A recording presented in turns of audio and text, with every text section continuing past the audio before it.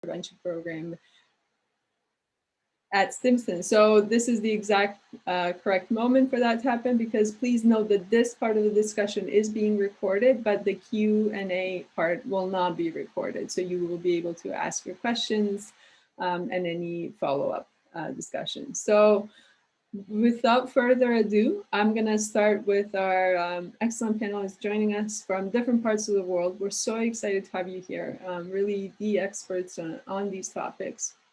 So I'm just going to start with, our first question. There are many examples of new technology that are in fact not physical goods at all, but, it could be software, algorithms, and, schematics and things. So how do states control the proliferation of these non-tangible goods and that could be used in military applications or by autocratic regimes? And here you can think of, facial recognition technology and other new technologies of concern. So perhaps, Pia, we can start with you and then we can go to Richard and Frank. Thank you so much. Thank you. Thank you very much, Branka, for the invitation for this panelist and also for that question. Like, it's a pleasure to be here, like in particular because your expertise, Frank expertise and Richard. But one thing that I want to highlight, like before to start like the discussion, is that we're going to find like a great distance in discussions is although there's a global challenge that the solution should be found among big exporter and medium exporter, there is a great distance in processes, needs, and capacity. And of course, imagine like the investment in research that there is like in your countries, maybe, or in my country. So what I want to try to bring here today is the perspective from the South, especially because we are arriving late to development of this new technology, this disruptive technology, and also late in debate. In fact, there is a lack of debates. You are not going to find like articles, maybe something about Brazil. There is no a regional body or regional policy to follow. You have Brazil, as I said before, like the biggest industry and arms export, and in the region, the only country that is a member of the Wassenaar Agreement is my country, Argentina. So more or less they have the list update. It's not very, when you talk with them, it's not very easy to participate in meetings because of the cost. So the list is not annually updated, but is at some point is going to be updated. Chile is going to be in the near future part of the Wassenaar proposal from Argentina. They are passing a law in this parliamentary period at the Congress to become part of the Wassenaar Agreement, and Brazil is not part. As we know, and I said, there is the big exporter, and you have like you have a big company that is called Embraer. It's an aerospace company that have joined developments with the Air Force, but there is a lot of secrecy around Brazil and no transparency at all. So you have you have also like the NSG, the Nuclear Suppliers Group. The only countries in the region that you have is Brazil and Argentina with nuclear development, and they are members of this group. Argentina export nuclear technology. What you're going to listen in our countries is that the dual use goods and technology are not that often. So when you raise this issue about how to face proliferation or misuse, the reply is like a case-by-case approach. You have also, we have, and also I think the rest of the country have like end user certificates as well. But and also in the case in Argentina, in the case of importing, there is something like really very similar of end user certificate, and also some kind with some difficulties because of the cost of verification. But definitely the case-by-case approach is the answer when you raise this concern. Thank you so much, Pia. It's really interesting to see sort of the disparity between different regions and how some of those then can also be used and, explored how some of those places can be used by other companies, right, for more permissive regulatory environments as well. And And I'm sure you're going to possibly later touch on diversion as well, how some of these places can be used for that as well. So Richard, maybe we can go on to you. I know you were quite familiar with the US context, and the US is quite active and perhaps one of the more active regions, and one that everyone of course looks to for this kind of regulation as well. Sure, thanks. And I think I have been exposed with the 1540 committee to pretty much everybody's rules on these things. So, but I would say, one thing to note is that states have exercised control on software for many decades, and for technical data even decades longer. I mean, dual use items, including intangibles, are always an important element of control lists for national security and non-proliferation purposes. U.S. export controls, for example, started to cover any articles, technical data, materials, or supplies in 1942. So it's been around a while. I would also say, even though the movement of intangible information has clearly been made easier by the internet, export controls of dual-use intangible technology, however, is almost always dependent upon awareness and outreach among industry and academia. So, as well as on detection and enforcement and some other things. But that's going to happen. That's going to continue to happen. That's going to continue to be a primary means, at least from my perspective, of controls, is just making sure that people are aware. And I would say one thing that's also, since this is about emerging technologies, it's usually helpful in many ways that emerging technologies, intangible or not, usually have a fairly small initial base of producers.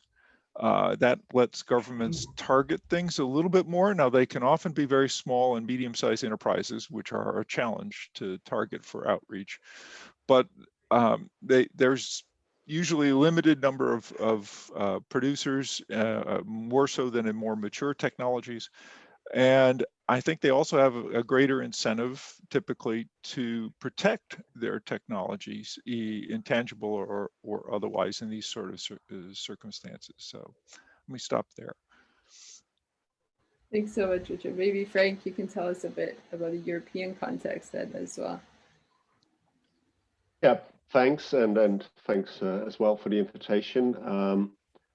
Yeah, for the European Union, the Wassenaar arrangement is like the basis of the EU dual-use export control list, but the EU has put some extra stuff on the list, also in terms of regulations. Quite recently, this year, after a recast of the dual-use regulation that took I believe 5 or 6 years. They've now, for example, expanded on what is called the catch-all clause, which is enables countries also to control non-listed items for which they have a fear that they might end up, for example, for production of weapons of mass destruction, or end up in embargoed countries. They have now expanded the width of the catch-all clause also to include fears of use in human rights violations. And so that is relevant in the context of, at the moment, for example, exports of emerging tech to Myanmar, emerging tech that may not yet be on the control list, but that offers an opportunity to control it in case exports are going to in this case, Myanmar. And as Richard mentioned, I think a lot of the control is not, of course, the control lists are the basis, and they're very necessary.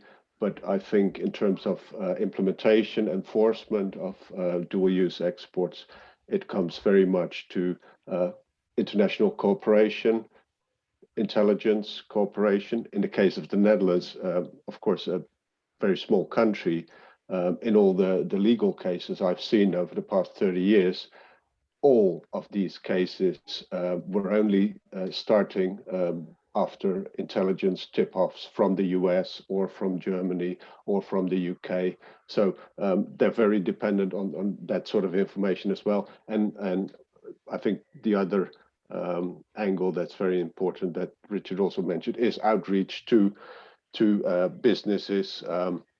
We have annual meetings organized by the Ministry of Foreign Affairs where they invite businesses, and where you see that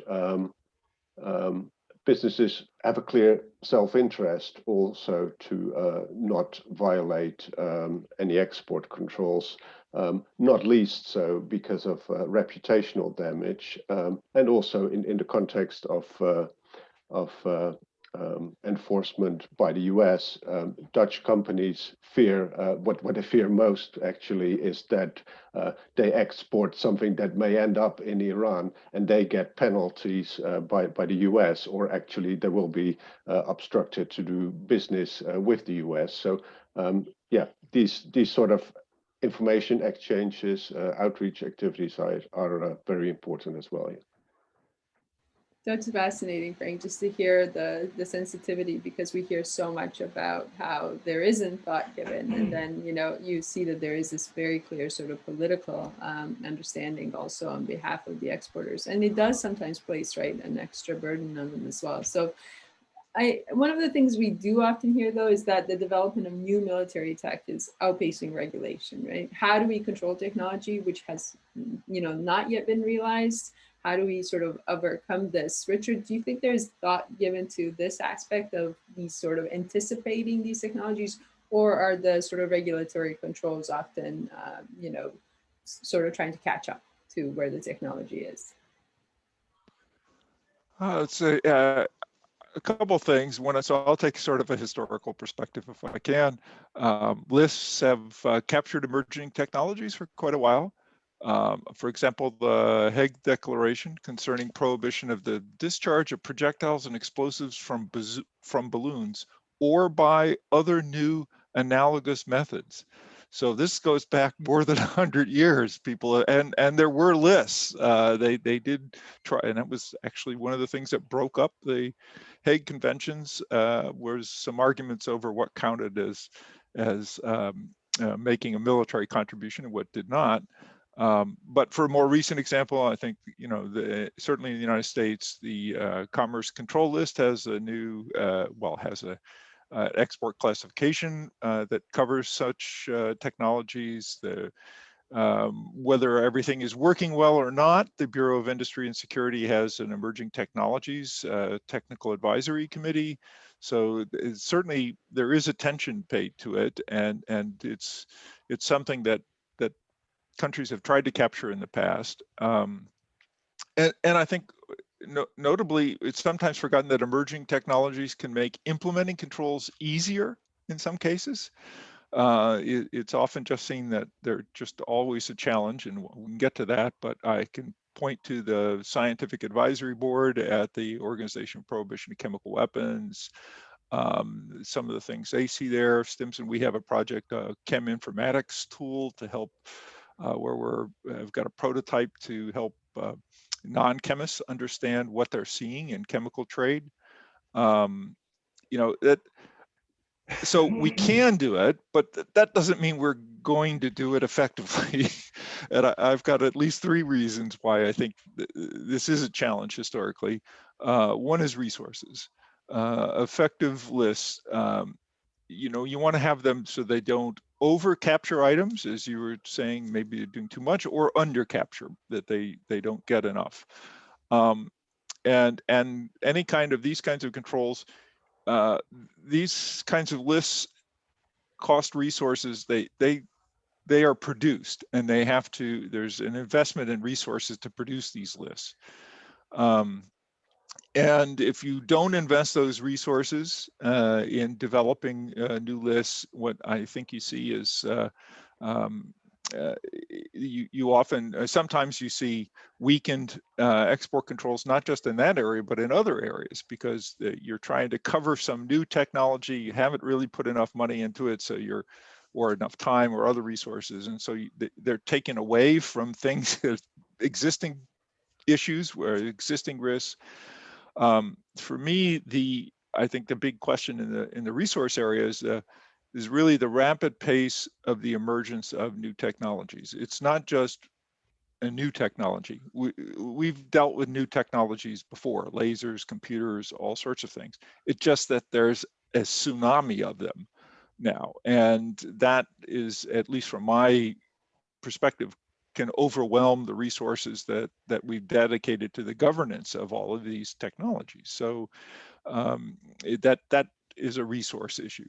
I think, and this goes, I think, to Frank's point, there's some dilution of capacity. There are relatively few states that have the capacity to contribute to all of the technological discussions, including understanding the threats related, which is an intelligence issue in many cases. So that there's just, you're trying to cover all sorts of things, and there's not a lot of states that are in a good position to help everyone else do this. And then finally, I think because there's been an increase in the number of emergent technologies that really cut across scientific and commercial fields, synthetic biology being an example, we don't seem to have the holistic solutions that we need. So here, these require more whole of government solutions or joined up government or whatever the buzzword is these days.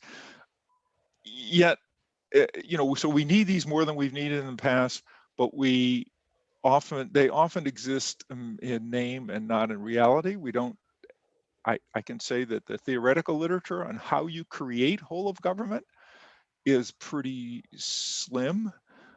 So it's talked about a lot, but in actual fact, how do you make it happen is a different issue. And I think we have a real challenge there. So I'll stop there. Thanks, Richard. We certainly understand that in the Canadian context, because there's a lot of talk about whole of government, but then actually making it happen and getting people out of silos is very, very difficult in practice. So sometimes easier even in theory than in practice. So Frank, what are your thoughts on this? Do you see sort of, because the European Union in many ways, I think, is seen as being very proactive in sort of its understandings of necessary regulation and technology. Is there a sense that on some of these emerging technologies it's being responsive, or do you think that sort of regulation is also falling a bit behind?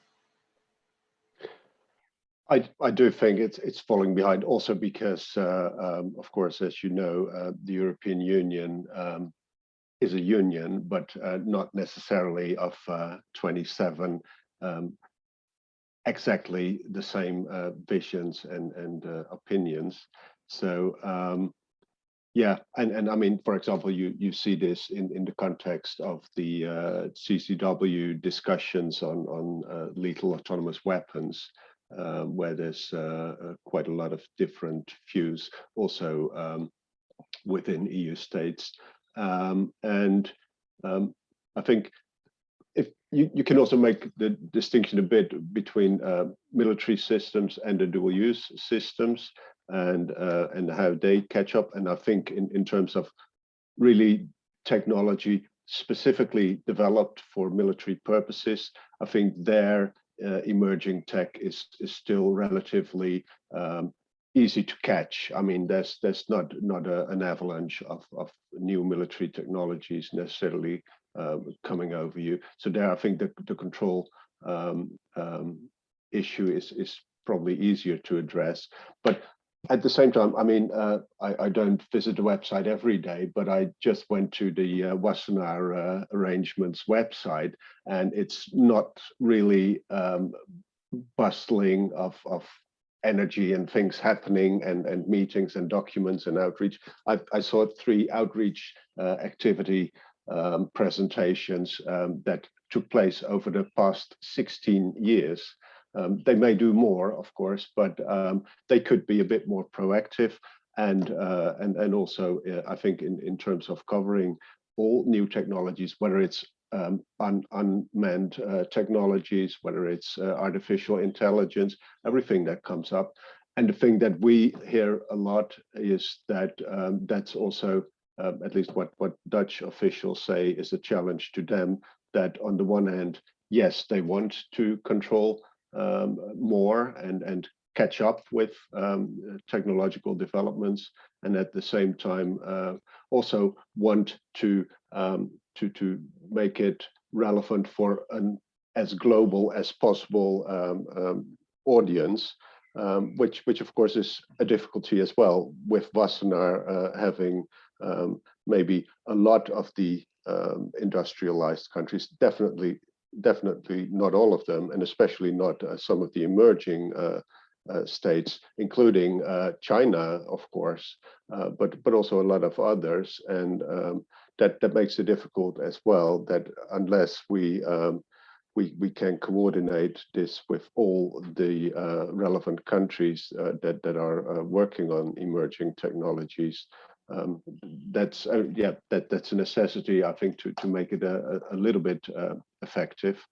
But then what I hear from European officials, they are then afraid that if they expand, for example, Wassenaar too much, then it will become even more complicated to reach consensus about adding new items to the control list. So yeah, that is probably a difficulty, but it needs to be addressed. And final thing, just as Richard mentioned it, if you also look at the control list, for example, the section on sensor technologies. I mean, I'm an economist, not a technological person, but there's already 6 pages on all sorts of sensor equipment with all the details about it. So yes, there is a big challenge also in terms of how much can you capture, what is realistic, and where is it still relevant.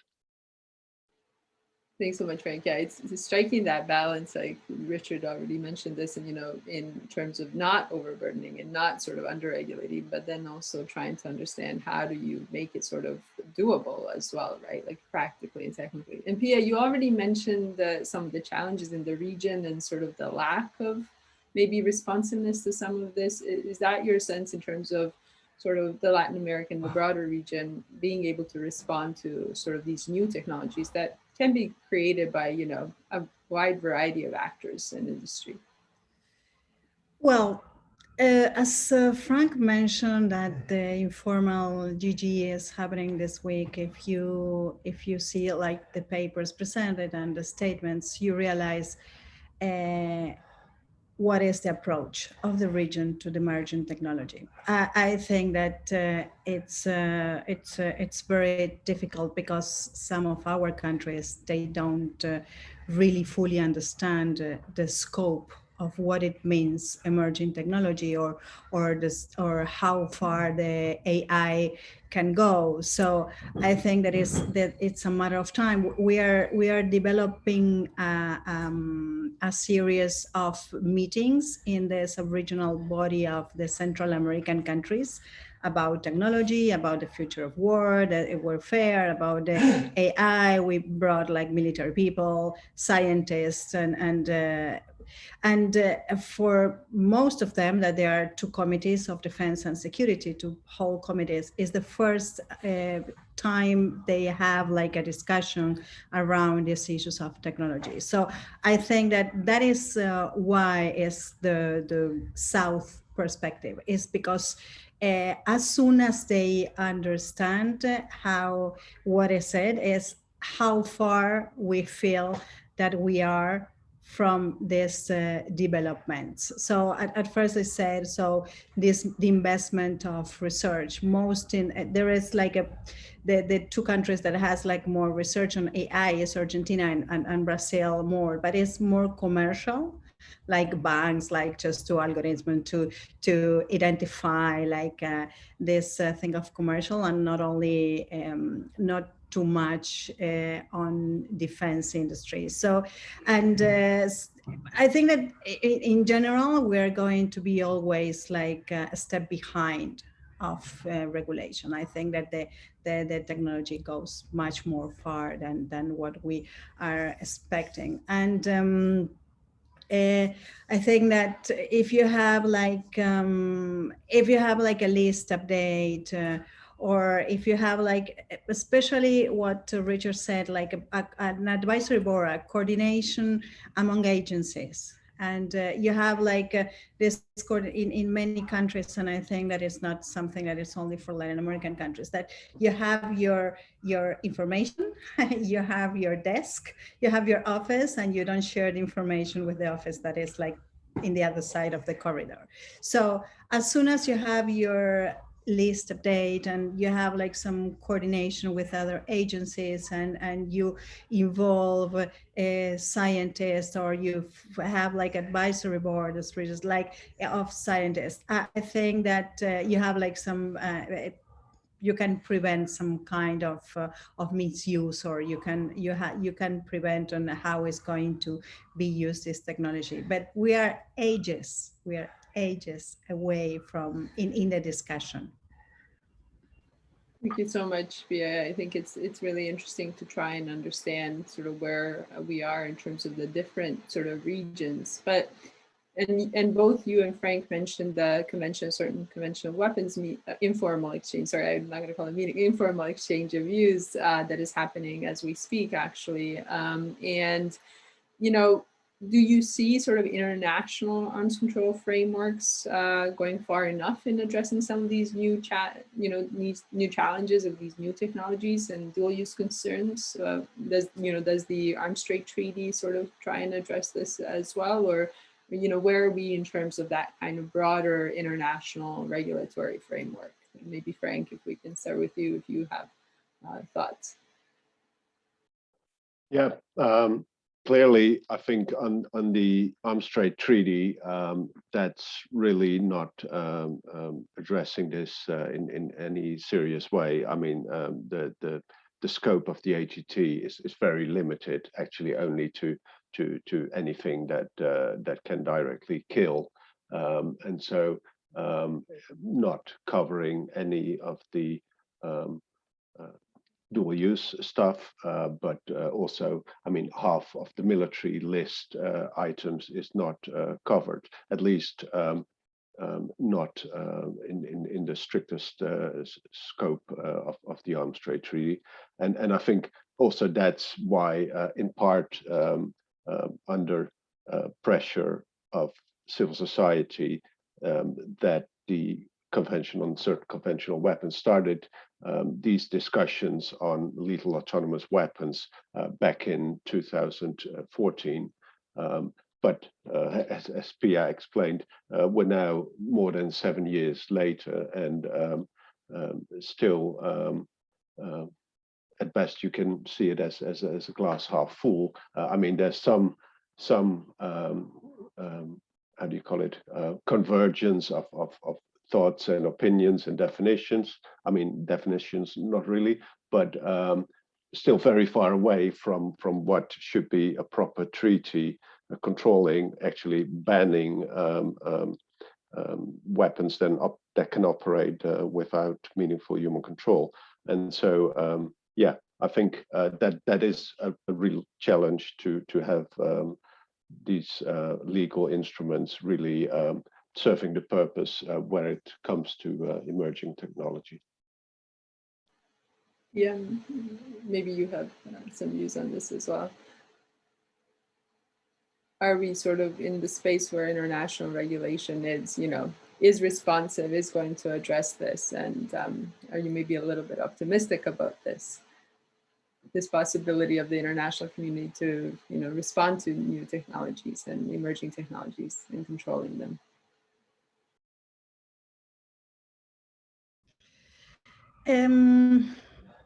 Well, I'm going to differ a bit with Frank. ATT is my favorite instrument. It's really my favorite instrument, and I think that is because it's the instrument that is allowing like presentation in justice, that is allowing some groups and also NGOs to challenge their governments because they are exporting arms irresponsible. But I agree, and that has its limitations, and there is like a couple of and there's some there's limitations, but also there are some ambiguities. We need to understand that it was negotiated in a political context, and also it's.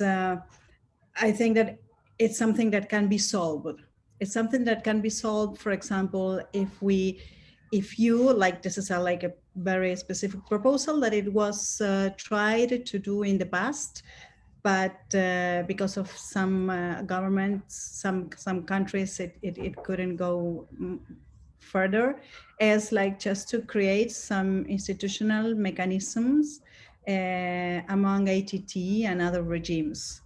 So I don't know if you remember, Frank, I think that it was like 2018 that the Secretariat from the Basenart made some contributions in the implementation working group of the ATT. So, and although there is some resistance, I think that if we can put, and the ATT is much more globally than other instruments, is legally binding, so they have like some beauty. But if we can try to push to have like some coordination with ATT and other regimes, I think that is going to be like very beneficial for everyone. And in this case, you cannot like open the Basenar, so but you can have like this with the ATT, and you can balance the ATT lack and what you have in other regimes. So I think that could be a way to strengthen all the international control expert regime. Thank you, Pia, so much. Richard, what are your thoughts on sort of the international regulatory framework?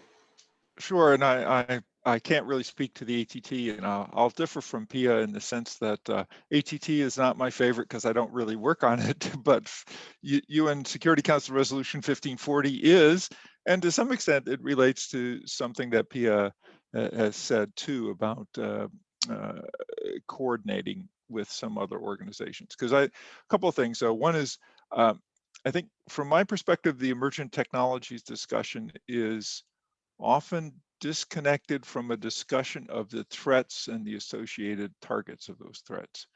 And that is usually what's really important for figuring out which emerging technologies matter. And I think we need a better understanding of states and non-state actors that are likely to seek and use the emerging technologies.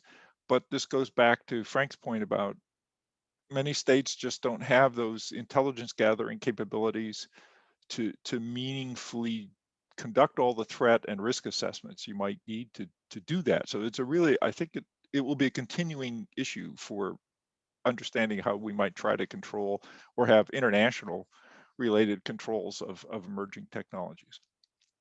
As Pia said, I think we really need institutional spaces for conversations that cut across very different epistemic communities. Even where we have the government resources, we don't do this a lot. In the WMD space, I think we see persistent silos at the national and international level. 1540, one of the nice things about it for me was that it cuts across a lot of different regimes, nuclear, chemical, biological, and means of delivery, which actually overlaps a lot with conventional arms and some of the things we worry about there. It's even where we want to have those discussions, and I think this was mentioned by either Pia or Frank, it takes years to develop even the common language that's required for effective cooperation. I mean, I can point specifically to the developments in the area of countering proliferation financing. We spent a number of years trying to get one community, the non-proliferation community, talking with another community, the financial community, and I won't say coming up with a common language, but even have some semblance of understanding of what each other was talking about. And that was required eventually in the Financial Action Task Force realm, which works much faster than treaty building and things like that. It took it took a number of years, and it's still an ongoing process as to how do you then create that common language and then come up with some sort of recommendations to moving forward. There are some positive things I would note. We have done, I think, a fair amount of assistance is available for states in the in developing export controls. You can look again, Stimson. We have our assistance supported initiative database, and you could look at projects there. But both the United States and export control and related border security program, and for the EU P2P program, they do a lot of outreach with a lot of countries. I'm with Pia wholeheartedly on this. There's a big gap in Latin America and the Caribbean on this issue. So you do see some I think, regional champions, Argentina being one. Chile is moving more and more in that direction, but for a lot of the other countries, it's just, it's a struggle. It's a struggle to make that a priority, get people interested, have these conversations, and develop these relationships. I think but there is assistance there, and I hesitate. I don't even like using the word assistance almost anymore. But there's an opportunity for exchange where we can all learn from one another about each other's approach to export controls. But I would note there is a fair amount there, but it's minuscule when you compare it to the amount of other forms of development assistance. So there is, it's hard to get somebody's priority when there's no pledge for we're going to be working with you for 10 years, and we've got X amount of money, and we've got X amount of resources where we can develop a partnership. And then somebody says, yeah, but we are going to pledge you a huge amount of money, and it's going to be in the billions, not in the hundreds of thousands. People, money helps you figure out where people's priorities are, and so this is still pretty low on the priority compared to a lot of other problems. And I'm not saying that it, clearly climate change and many other things are occupying the minds of many of us. But there is some assistance there. But right now we just don't have these at the national and international level. I think the kind of space for these conversations that cut silos down. And we have a lot of common problems. Outreach is being one. How to handle emerging technologies is another. So enforcement, all sorts of things that are common to all of these regimes, but they don't really talk to each other very much, or at least in my opinion, as much as they should. So thanks. Yeah, there seems to be a common sort of thread that all three of you have shared about this need for knowledge building and knowledge sharing, and sort of that exchange of informations and perspectives. So I think that's one of my takeaways. But I have another question, and then I'm going to go to the Q&A session because a lot of interesting questions are coming up. So I'm going to ask my question, and then I'm going to move on to Thomas's after that, because it kind of touches on what I'm going to ask as well. It will be a nice follow-up. So the question then, we've sort of talked a bit about this already, about striking that balance. So how do we effectively control new technologies without casting too wide a net? So, will comprehensive export control sort of stimulate technological progression? How do we strike a balance in ensuring research collaboration occurs, while ensuring human rights protections are also being taken into account? These are some of the questions I know several countries, including Canada, are really interested in understanding. How do we ensure research collaboration with certain states while also protecting our sort of interests and also some national security concerns there as well? So maybe Pia, we can start with you. How do we do this? How do we balance this need to research and do great technological things, but also be thoughtful about human rights and impacts of these technologies as well? Well, I'm going to think small. I'm going to reply like small, as if I were like a governmental official receiving like a license and authorizations to export something in the region, and also in my country. Although thank you for the leadership, but you recognize, Richard. It's like the debate is how far you go with control without damaging national industry development. So where is the trade-off?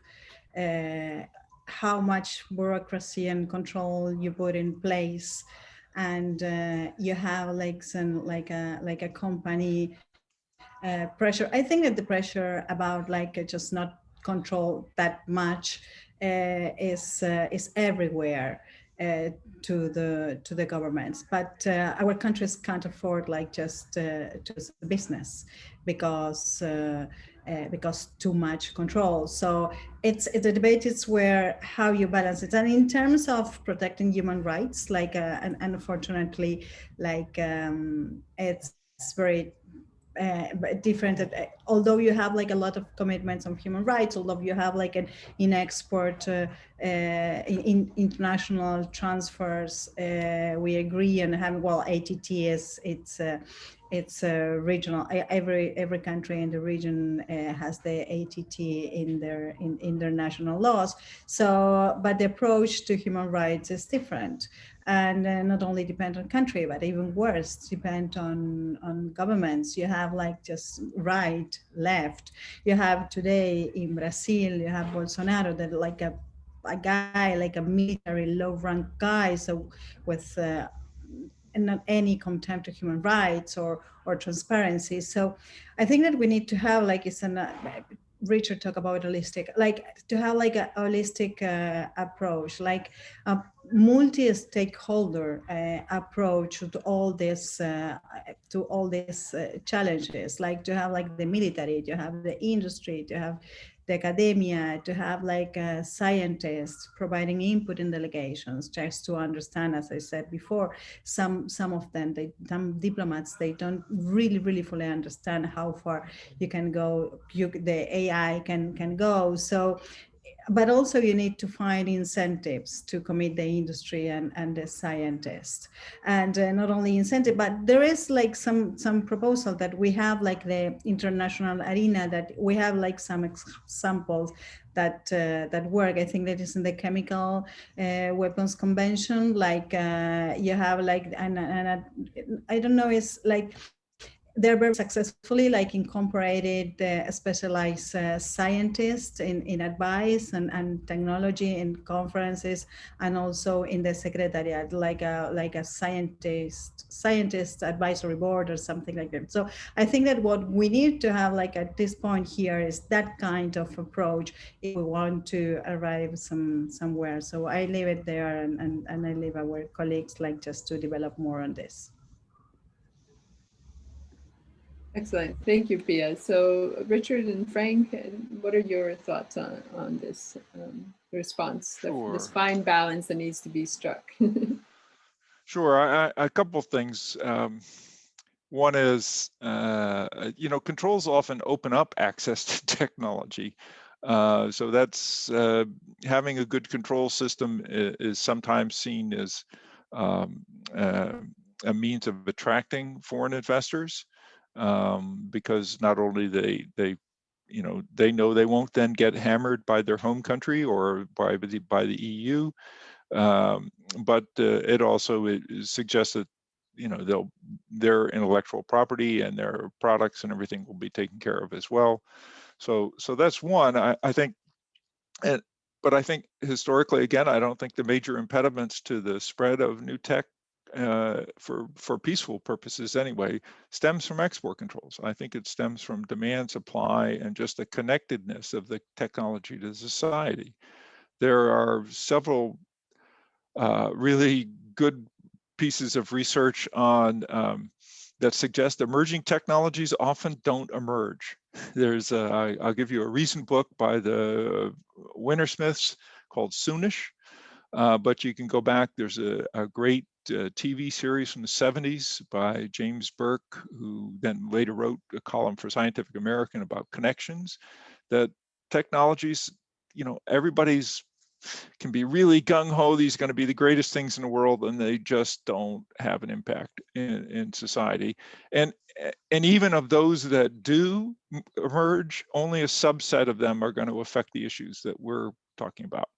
So proliferation. And then when they do diffuse, they don't diffuse evenly. They are often, traditional technologies continue to maybe even dominate the market in some places. I mean, I can think back to the 1990s and be on the ring road, which at the time I think there was only one around Beijing, and you would see horse-drawn carts as well as trucks and all sorts of things. So it's really hard to figure that one out. But I don't think export controls are the big problem.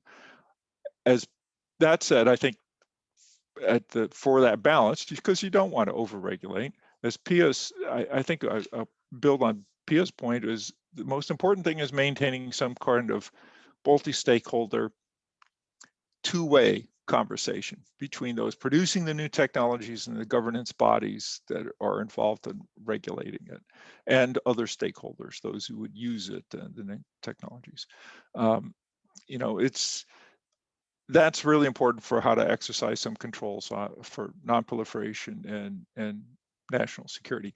Where I do think there's some issue now, we're seeing some of it, certainly in the United States, is that some of the controls start to look like they are controls in order to maintain a competitive economic edge, and start to look a little bit like a cartel in terms of technology. That's an old accusation for some of the supplier regimes. I think it was not accurate for a long, long time, but I think in the last couple of years, we've started to see something that may be a little different. And I'm fearful that that will really make governance even harder, because not everybody's going to agree that these things should be used for those purposes. I think we do agree that it shouldn't be, we should be controlling things so that certain non-state actors don't get weapons of mass destruction or advanced conventional weapons, but that's different from economic competitiveness kinds of issues and things like that. Thank you, Richard. Frank? Yeah, just a few small points adding to this. I think what is helpful as well is putting a little bit more pressure on companies, on the industry. I mean, sometimes you get the feeling that as long as it's legal, you can do it. Well, I think that also in the context of the UN guiding principles on business and human rights, you should do more from the side of the industry to develop your policies of what is acceptable uses of the kinds of products you make, and do the due diligence when you export to certain destinations, and as part of that, ask with relevant government officials whether they see a problem there, and maybe also government itself should do more to force the industry to step up and address human rights concerns. I mean, it's not that difficult, I think, for most countries to identify the relevant industries and to tell them if they have export orders from governments in countries that are broadly considered as gross human rights violators, then they should notify the government and ask for permission. I mean, a sort of catch-all clause for such products. And then I think just comparing it to the Chemical Weapons Convention, where it is easy, of course, with only, 4 states being non-party to the regime, but you can require from companies, if they export whatever chemical, even listed or unlisted, to Syria or North Korea or Egypt or Israel, or South Sudan, that they require explicit permission from the government, and that they hand over all the relevant details about who is buying it, for what purposes, and then you can cover it. It's much more complicated, of course, when you talk about artificial intelligence, but I think these sort of parameters are useful to control them better. And final point, as emerged last week, these industries can face court cases as well, and two French companies were charged last week being complicit in torture over selling surveillance equipment to Libya and Egypt some 10 years back, and that's how it can end up with companies if they don't regulate themselves a bit more properly. Thank you all so much. So many great questions have